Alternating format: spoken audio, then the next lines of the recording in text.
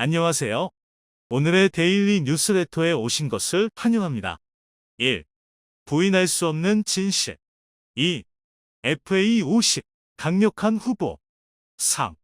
중국은 한국을 질투했다. 한번 진실을 알아봅시다. 압도적인 가격 경쟁력과 출중한 스펙으로 세계 경전투기 시장 정복을 눈앞에 두고 있던 한국의 FA50 폴란드 수출을 기점으로 블록 20 업그레이드도 확정되면서 FA50의 자리를 넘볼 기종은 나타나지 않을 것으로 보였는데요. 얼마 전 중국에서 유출된 사진이 전 세계적으로 큰 파장을 불러일으키고 있습니다. 중국에서 제작된 경전투기의 사진이 유출된 것인데요. 괘씸하게도 미국의 F5와 한국의 FA50을 섞어서 베낀 듯한 형상을 하고 있어 많은 밀리터리 매니아들의 입방아에 오르내리고 있습니다. 이 새로운 경전투기는 FA50의 강력한 경쟁자로 주목받고 있습니다. 성능 면에서 FA50에는 전혀 미치지 못하지만 어처구니가 없을 정도로 싼 가격을 무기로 공격적인 판촉에 나선 상태입니다. 아니나 다를까 중국이 만들었기 때문이죠. 세계 전투기 시장의 뜨거운 감자로 떠오른 중국의 FTC 2000G에 대해서 지금부터 상세히 뜯어보도록 하겠습니다. F-22 랩터로 대표되는 5세대 전투기가 세상의 모습을 드러내고 나서 미래의 공중전은 5세대 전투기가 지배하게 될 것으로 여겨졌습니다. 이런 예상이 아주 들린 것은 아니었습니다. 현재 공중전의 승패를 판가름하는 열쇠는 5세대 전투기에 달려있다고 해도 과언은 아니기 때문입니다. 하지만 모든 공중전이 5세대 전투기를 주역으로 삼아 이루어질 수는 없는데요. F-22 같은 미국 제5세대기가 너무 앞서 나간 존재다 보니 비슷한 성능으로 재현하는 것조차 하늘의 별 따기였기 때문입니다.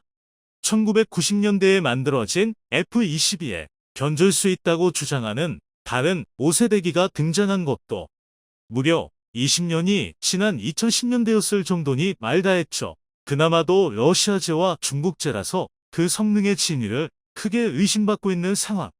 2022년 현재도 5세대기를 보유하고 있다는 것은 미국의 우방이라 미국이 5세대기를 팔아줬다는 의미와 다르지 않습니다. 5세대기의 등장을 통해 공중전에 대한 각국군의 인식과 요리는 크게 바뀌었습니다.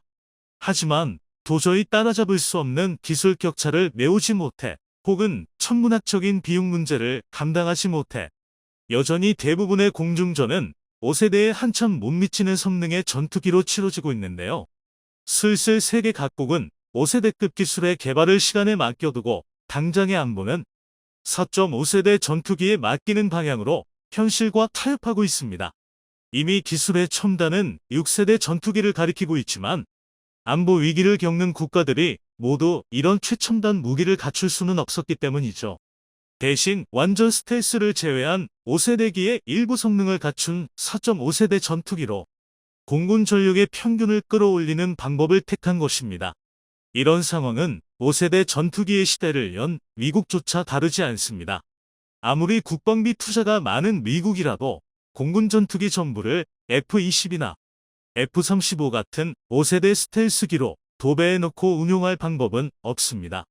미군 역시 F-15 이글, FA-18 호넷, F-16 파이팅 팰컨 등 잘 만든 과거의 기체들을 개량 및 현대화시켜서 지금까지도 잘 활용하고 있죠.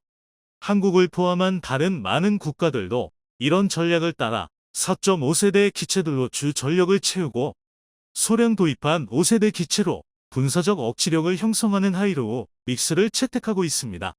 이런 기류가 형성된 것이 근래의 일은 아니지만 러시아의 우크라이나 침공은 전 세계가 이러한 기류에 편승하는 속도를 가속시키는 계기가 되었습니다.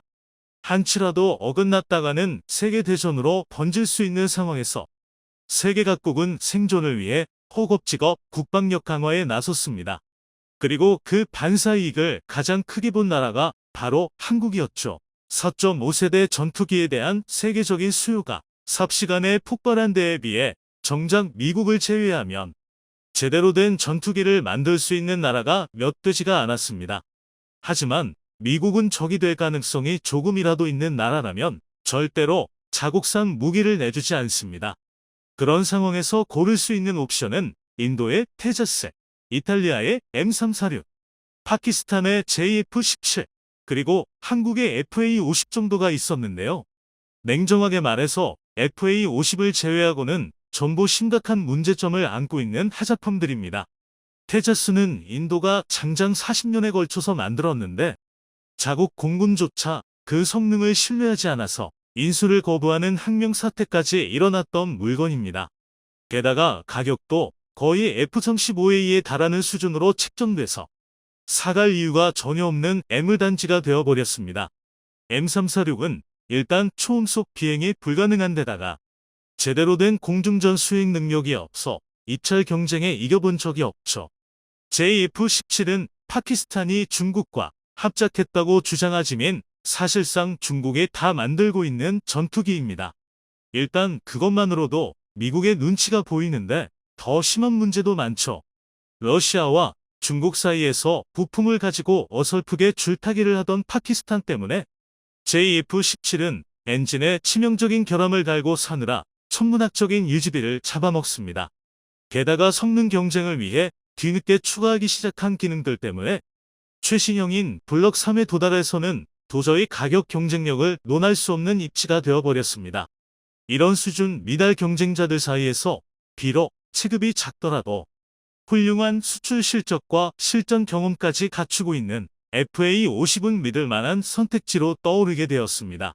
FA-50과 그 원형인 T-50은 인도네시아, 이라크, 필리핀, 태국으로 팔려나갔고 폴란드 수출로 마침내는 나토의 문턱까지 뚫었습니다.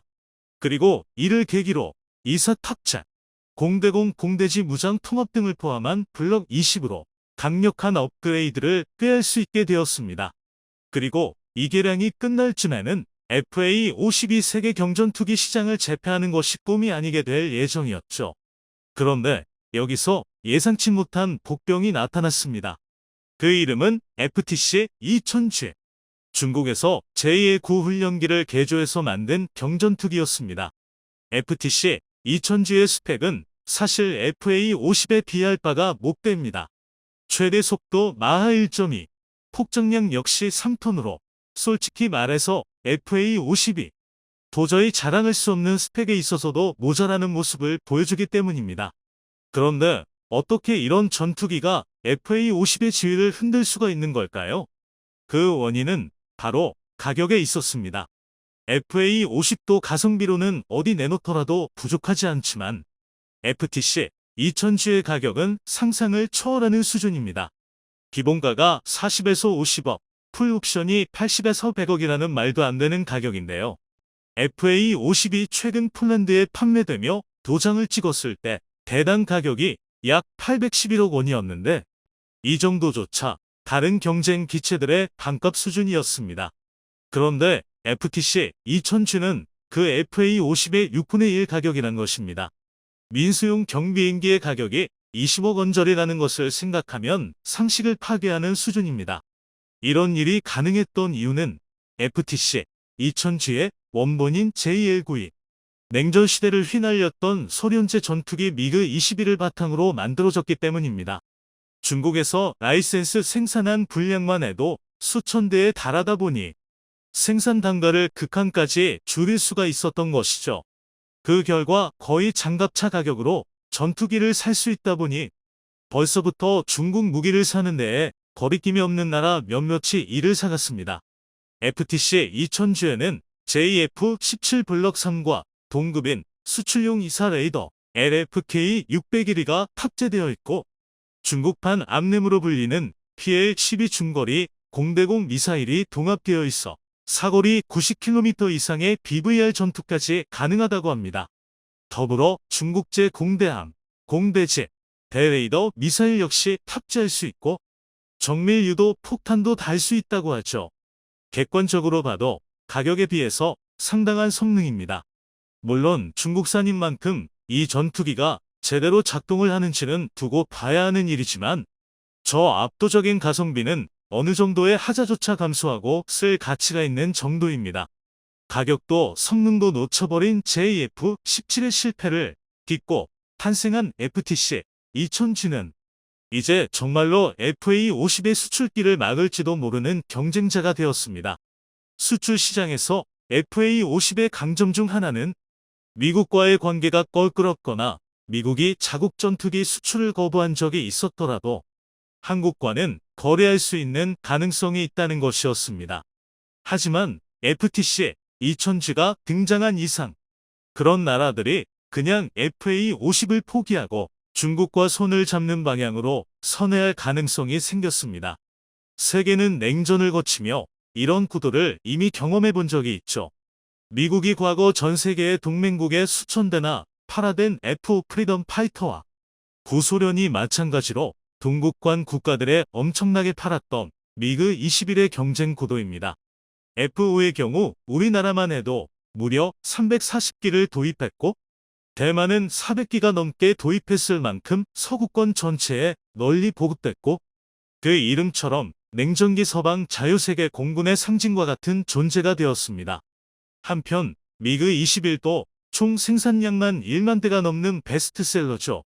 미그 21 역시 F5와 마찬가지로 냉전기 동국권을 상징하는 무기였습니다. 그런데 얄궂게도 정작 FTC 2000G의 외형은 기반이 된 미그 21보다는 F5와 FA50을 쏙 빼놨습니다. 전투기를 비롯한 항공기에 있어서 그 형상은 곧 성능을 나타냅니다. 아무리 여태껏 항공기 형상의 역사가 한 가지 형태로 압축되는 수렴 진화의 양상을 띄었다고는 하더라도 캐노피와 엔진부의 형상은 F5나 FA50을 참고하지 않았다고 발뺌할 수가 없는 수준입니다. 매번 고래왔듯이 중국이 또 양심도 없이 타국 기술자들의 성과를 베낀 것입니다. 중국은 몇 달 전 새로운 스텔스 전투기 J-35를 공개하면서 자신들이 미국의 F-35를 베꼈다는 정황을 숨기려고도 하지 않았죠. 센서, 레이동, 조종석 구조, 개폐 방식까지 어처구니 없을 정도로 똑같았는데요. 한국이 KF-21을 날리고 얼마 되지 않아 깜짝 공개된 J-35는 누가 봐도 F-35와 판박이었고 심지어는 제식 번호까지 베껴놔서 전문가들조차 고개를 내저었습니다. FTC 2000G 역시 마찬가지의 맥락이었을 것으로 보이는데요. 물론 앞서 말했듯이 FA50을 비롯한 서구권의 무기들이 이보다 못하지는 않으니 싸워서 질 걱정은 하지 않아도 될 것입니다.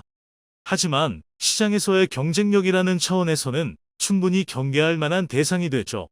두려워할 필요는 없겠지만 그렇다고 해서 적성국인 중국의 무기를 과소평가하는 것도 바람직하지 않을 것입니다. 부디 한국이 이러한 위기를 현명하게 극복할 수 있기를 바랍니다. 최근 노르웨이가 한국의 뒤통수를 치려는 움직임을 보이고 있습니다. 노후화된 기존의 전차 53대를 대체하는 사업에 독일의 레오파르트 2A7과 한국의 K2가 끼어들었고 가격은 물론이고 많은 지표에서 K2가 우세하다는 점은 잘 알고 계실 텐데요.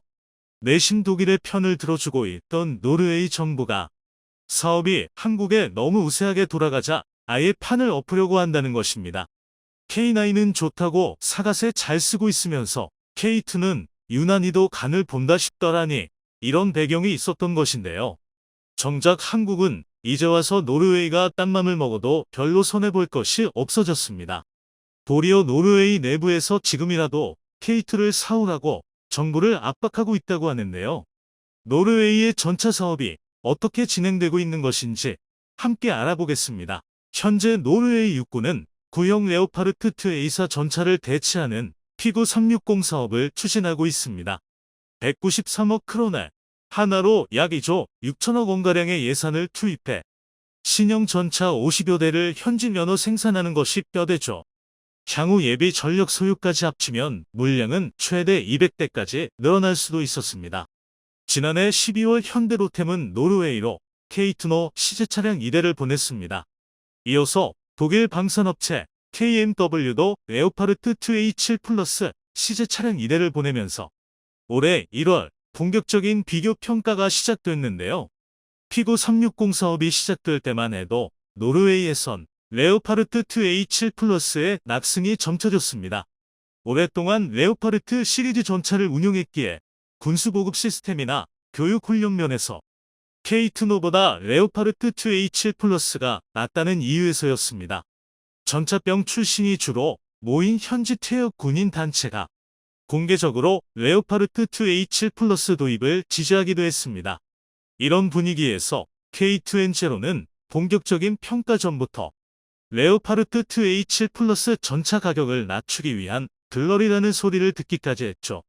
그러나 막상 현지 평가가 시작되자 노르웨이 여론이 달라지기 시작했습니다. K2N5 전차가 기대 이상 성능을 보여주면서 레오파르트 2A7 플러스를 압도한 것입니다. K2No 전차가 소구력을 발휘한 주된 원인은 바로 노르웨이의 자연 환경.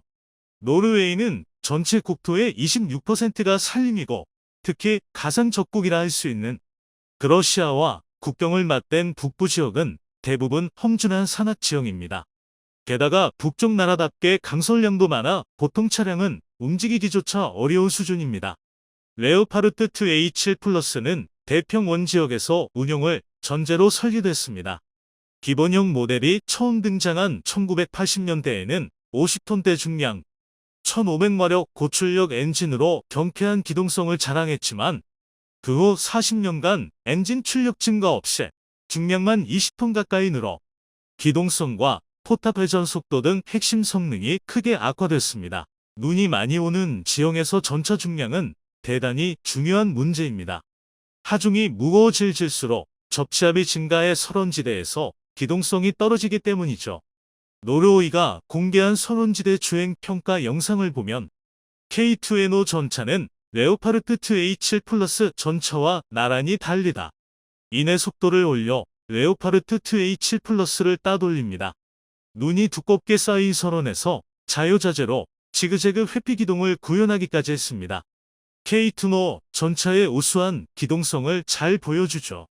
기동성 못지않게 중요한 K2No 전차 차체의 특징은 유기압 서스펜션. 산악 지형이 많은 노르웨이에서 육군의 고지대 매복 작전에 유용할 만한 기능입니다.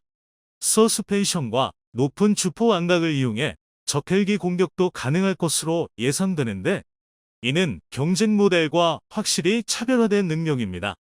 이렇게 K2No는 여러 면에서 이미 레오파르트 2A7 플러스를 앞서는데 가격은 그 절반도 되지 않습니다. 레오파르트 2A7 플러스 전차 가격은 독일 연방군 납품가 기준으로 대당 약 200억 원 정도입니다. 그러나 2013년 카타르에 납품할 때 실제 가격은 400억 원 이상이었던 것으로 알려졌죠. 노르웨이는 이번 전차 도입 사업을 현지 면허 생산과 기술 도입 형태로 조달할 계획입니다. 그럴 경우 레오파르트 2A7 플러스 가격이 얼마까지 치솟 실지 가능하기 어렵습니다. 반면 K2 전차는 한국군 납품가 기준 80억 원대입니다. 증가 장갑과 능동방어 장치 등 첨단 옵션을 추가해도 대당 100억에서 130억 원 정도로 알려졌습니다. 성능은 경쟁 모델과 동급 혹은 그 이상이면서 가격은 절반 이하인 것이죠. 물론 노르웨이가 기존에 운용해오던 전차가 레오파르트 플랫폼의 노후 모델인 만큼 도입 가격은 비싸더라도 훈련이나 정비 등에서 비용을 아낄 수는 있습니다. 하지만 그렇다 치더라도 도입가에서 2배가 넘는 차이를 메꾸기는 힘들 것이라는 게 중론이죠. 여기까지가 거의 1년을 끌어온 노르웨이 전차 사업의 진행 상황입니다. 테스트 결과만 보면 한국의 승리가 거의 확실한 분위기인데요. 노르웨이 수뇌부는 이런 전개가 영 맘에 들지 않는가 봅니다. 최근 몇몇 노르웨이 언론에서 노르웨이군이 신형 전차 도입을 포기하려고 한다는 말이 흘러나온 것인데요. 불과 얼마 전만 해도 올해 말까지 전차 사업의 최종 결정을 내리겠다고 했으면서 갑작스레 튀어나온 판을 엎는 발언이라 한국이나 독일은 물론 노르웨이군 내부에서도 당혹스럽다는 반응이 나오고 있습니다. 아직까지 전차 사업을 실제로 포기한다는 보도는 나오지 않은 것으로 미루어 보아 최종 결정의 직전에 마지막으로 한번 간을 보겠다는 행보로 해석되는데요. 원래 계획은 레오파르트를 이미 내정해둔 상태로 가격 협상의 카드로 쓰기 위해 K2를 끌어들여서 이용하려고 했던 것이지만 K2가 모든 테스트에서 레오파르트를 압도해버리자 이젠 K2를 떨어뜨릴 명분이 없어져 버린 것입니다. 이렇게 계획이 들어져 버리자 일부 인사들에게 전차 도입 사업 자체를 반대하게 만들고 9는 그대로 사업을 진행하는 방법을 쓴 것으로 보이는데요. 여론이 전차 반대로 기울면 못 이기는 척 전차 사업을 엎어버릴 심산이었던 것입니다. 노르웨이는 의외로 이런 여론전에 능숙한데요. 이번에도 이런 방식의 여론전을 통해 내키지 않는 K2를 수입하는 이 사업 자체를 파토내려는 것으로 보이는데요. 정작 노르웨이군 내부에서 재미있는 반응이 나오고 있습니다. 노르웨이 육군은 기존에도 레오파르트를 사용해왔던 만큼 사업 시작 당시만 해도 신형 레오파르트에 대한 지지도가 압도적으로 높았습니다. 당시 노르웨이 예비역이 청중으로 참여한 토론에서 노르웨이 의원들이 한 발언에 따르면 전차병 3명 중 2명은 레오파르트를 지지하고 나머지 1명은 테스트 결과를 보자는 입장이었다고 합니다. 그런데 테스트에서 K2가 압승을 거두자 여론이 K2로 기우는 모습을 보이기 시작했습니다. 당시 테스트를 주관하던 노르웨이 군인도 한국제 전차가 독일 전차와 경쟁조차 되지 않을 줄 알았는데 상당한 성능을 보여줘서 놀랐다고 말했다고 하죠.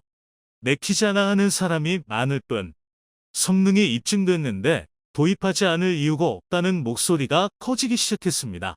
올해 2월에 러시아가 우크라이나를 침공한 이후 스웨덴과 핀란드가 나토 가입 의사를 드러내고 있습니다. 이 두 나라가 나토에 가입한다면 이는 노르웨이 국방에 있어서 스웨덴과 핀란드가 러시아의 침공 시 일선이 된다는 뜻입니다. 군사 전문가들은 스웨덴과 핀란드가 러시아군 저지에 실패하여 노르웨이 북단 핀마르크조 지역을 러시아가 장악했을 때 노르웨이군에 반격을 가할 수 있는 신형 전차가 없다면 국경의 주민들은 중장비를 갖춘 동맹군 또는 러시아군의 지배를 기다려야 되는 처지에 놓인다고 조언했습니다. 또한 전차 반대론의 주된 논리 중에 하나가 전차 전력을 포병 전력으로 대체하면 된다는 것인데 이는 일선의 병사들조차 전혀 동의하지 않는 뜬구름 잡는 이야기입니다. 결정적인 것은 먼저 K2를 운용하게 된 폴란드에서의 평가였습니다. 한국에서 포병 교육을 받고 돌아가 폴란드 땅에서 가장 먼저 K2를 몰게 된 폴란드 장교의 인터뷰였는데요. 저는 정말 많은 전차를 봐왔지만 그동안 봤던 전차 중에 K2보다 더 나은 것은 본 적이 없습니다. 한국에서 교육받고 있는 승무원들도 이 전차에 대해 매우 높이 평가하고 있습니다. 그들은 전차를 조종하는 데 있어 직관적인 조종법과 무기가 장착 형식 등 모든 부분에 만족하고 있습니다. K2는 확실히 차세대 전차라고 할 수 있습니다. 이 전차에서 작전을 수행하는 것이 훨씬 더 편안하고 확실히 더 나은 능력을 보여줍니다. 이 인터뷰가 공개되자 노르웨이에서도 K2가 러시아를 상대로 하는 방어 수단으로 유효하다는 것을 확신하게 된 것입니다. 지난 10월에는 신혼 미상의 러시아인이 북극 인근 노르웨이 영토에서 드론 2대를 띄웠다가 억류당한 적도 있었고 지난달에는 러시아가 직접적으로 노르웨이가 나토 활동을 할 경우 적대하겠다고 협박을 해오기도 했습니다. 러시아는 북극과 가까운 노르웨이가 나토를 등에 업고 북극을 장악해 압박을 걸어오는 상황을 경계하는 것으로 보이는데요. 그만큼 노르웨이의 상당히 날선 대응을 이어오고 있습니다. 노르웨이도 러시아의 맛으로부터 스스로를 보호할 수단을 빨리 마련해야 한다는 의미죠. 이런 상황이 되자 노르웨이군 내부에서도 K2가 내키지 않는다는 이유로 전차 사업을 미루고 있을 때에 아니라는 목소리가 나오게 된 것입니다. 한편 한국은 여유롭습니다. 처음 노르웨이와 접촉했을 때와는 다르게 지금은 K2의 파워팩 문제도 해결되었고 더 이상 노르웨이가 유럽 첫 진출도 아닙니다. 폴란드에 이미 세 자릿수의 K2를 팔았고 폴란드 현 정권이 이어진다면 잠재적으로 1000대 수출까지도 내다볼 수 있는 상태죠. 그리고 이미 노르웨이는 K2가 레오파르트와 경합해서 심지어 압도했다는 포트폴리오를 제공해줬습니다. 사실 이대로 노르웨이 사업이 엎어지더라도 한국이 딱히 잃을 것은 없는 것이죠. 질질 끌다가 입장이 역전되어버린 노르웨이의 전차 사업. 이젠 돈을 쥐인 노르웨이가 도리어 생존을 위해 한국에게 잘 보여야 할 판입니다. 노르웨이가 아무리 고등어 수출국이라지만 슬슬 간 보는 건 그만두고 어떻게 처신할지 신중하게 고르면 좋겠습니다.